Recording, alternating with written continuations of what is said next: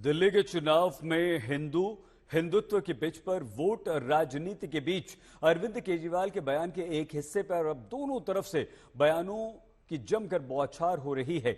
जहां बीजेपी कहती है कि सनातन का अपमान अरविंद केजरीवाल ने किया है, बीजेपी कहती है ये बात, तो केजरीवाल कहते हैं कि बीजेपी नेताओं को केवल रावण की चिंता है, और कांग्रेस के नेता कहते हैं कि अरविंद केजरीवाल कभी नकली सिख बन जाते हैं, कभी नकली हिंदू। ये सारी राजनीतिक खींचतान के बयान से शुरू हुई, जहां रामायण में सीता हरण का किस्सा सुनाते सुनाते अरविंद केजरीवाल कह देते हैं कि रावण सोने के हिरण के वेश में आया था। एक दिन रामचंद्र जी खाने का इंतजाम करने जंगल में गए। माता सीता को अपनी झोपड़ी में छोड़ गए और लक्ष्मण को बोले कि तू सीता मैया की रक्षा करेगा। इतने में रावण आया, सोने का हिरण बनके आया कि नहीं आया? सोने का हिरण बनके आया। सीता मैया लक्ष्मण को बोली मेरे को ये हिरण चाहिए। लक्ष्मण बोला ना मैया, भगवान राम कह के गए हैं कि मेरे को आपकी रक्षा करनी है। उसने बोली नहीं, मैं तेरे को आदेश देती हूं, जाओ और हिरण को पकड़ के लाओ। लक्ष्मण के पास चारा नहीं था, लक्ष्मण चला गया और वो रावण अपना वेश चेंज करके और सीता मैया का हरण करके ले गया। कुछ लोग चुनावी हिंदू होते हैं, एक्सीडेंटल हिंदू होने का काम भी करते हैं, और शायद उनको ये भी नहीं पता कि सोने का हिरण बनके रावण नहीं, राक्षस मारीच आए। और शायद ये वही लोग हैं आपदा वाले जिन्होंने दिल्ली के स्कूलों की हालत खड़ी कर दी है कि क्लास 9वीं की कक्षा के 1 लाख से अधिक छात्र फेल हो गए। 1 लाख से अधिक छात्र केवल 9वीं कक्षा के फेल हो गए। कल मेरे से मैंने ये कह दिया कि जो सोने का हिरण था वो रावण सोने का हिरण बन के आया था, और सीता मैया उस सोने के हिरण के ऊपर वो हो गया। तो उन्होंने ये कह रहे हैं कि रावण नहीं बन के आया था, मरीची राक्षस बन के आया था। तो वो पूरी भारतीय जनता पार्टी आज धरने पे बैठी है मेरे घर के सामने कि मैंने रावण का अपमान क्यों किया, मैंने रावण का अपमान कैसे कर दिया। पूरी भारतीय जनता पार्टी, इनको रावण से इतना प्यार है, राक्षसी प्रवृत्ति है इन लोगों की। मैं दिल्ली के झुग्गी वालों को और गरीब तबके को खासकर चेताना चाहता हूं कि अगर ये आ गए तो ये राक्षसों की तरह निगल जाएंगे आप लोगों को।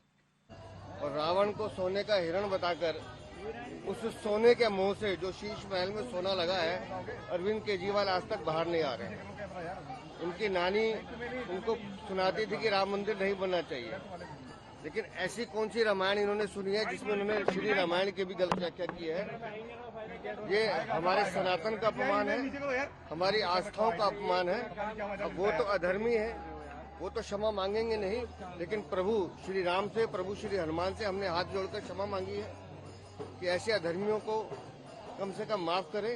लेकिन उनके इस अधर्म के लिए आज मंगलवार का दिन है, हम पूरा दिन उपवास करें। इस बार दबाव में दिख रहे हैं। आखिरी सवाल सर, रामायण को लेकर जो विवाद कल अरविंद केजरीवाल ने बयान दिया, बीजेपी विरोध कर रही है और कह रही है कि आप चुनावी हिंदू हैं इसलिए इस तरह की गलतियां करते रहे। देखिए, ऐसा है कि आज बीजेपी पूरे देश के सामने एक्सपोज हो गई कि बीजेपी जो है वो रावण समर्थक पार्टी है।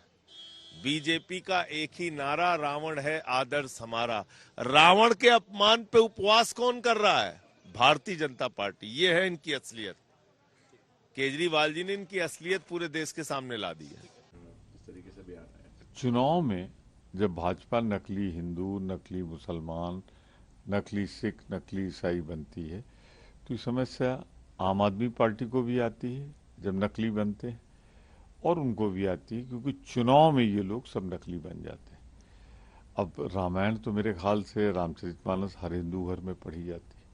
सबको मालूम है कि जब रावण गया था तो निसंदेह मारीच आया था, हिरण का रूप गोल्डन धर के, तभी सीता जी ने तो भेजा था उसे लेने के लिए।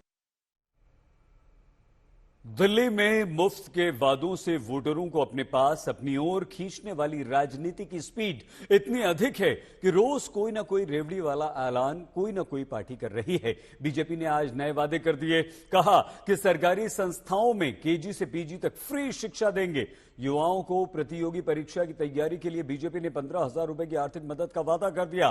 साथ ही बीजेपी कह रही है कि बेरोजगार युवा अगर 2 बार भर्ती परीक्षा देने जाएंगे तो उनकी यात्रा का पैसा और फॉर्म भरने का खर्च भी हम देंगे। वहीं आज धोबी समाज के लिए अरविंद केजरीवाल ने वादा कर दिया। धोबी समाज के लोगों को केजरीवाल ने बिजली और पानी घरेलू दर पर देने का वादा कर दिया है।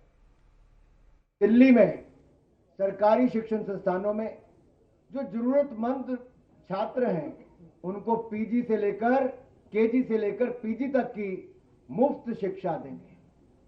केजी से पीजी तक मुफ्त शिक्षा मिलेगी दिल्ली के जरूरतमंद छात्रों को सरकारी शैक्षिक संस्थानों में।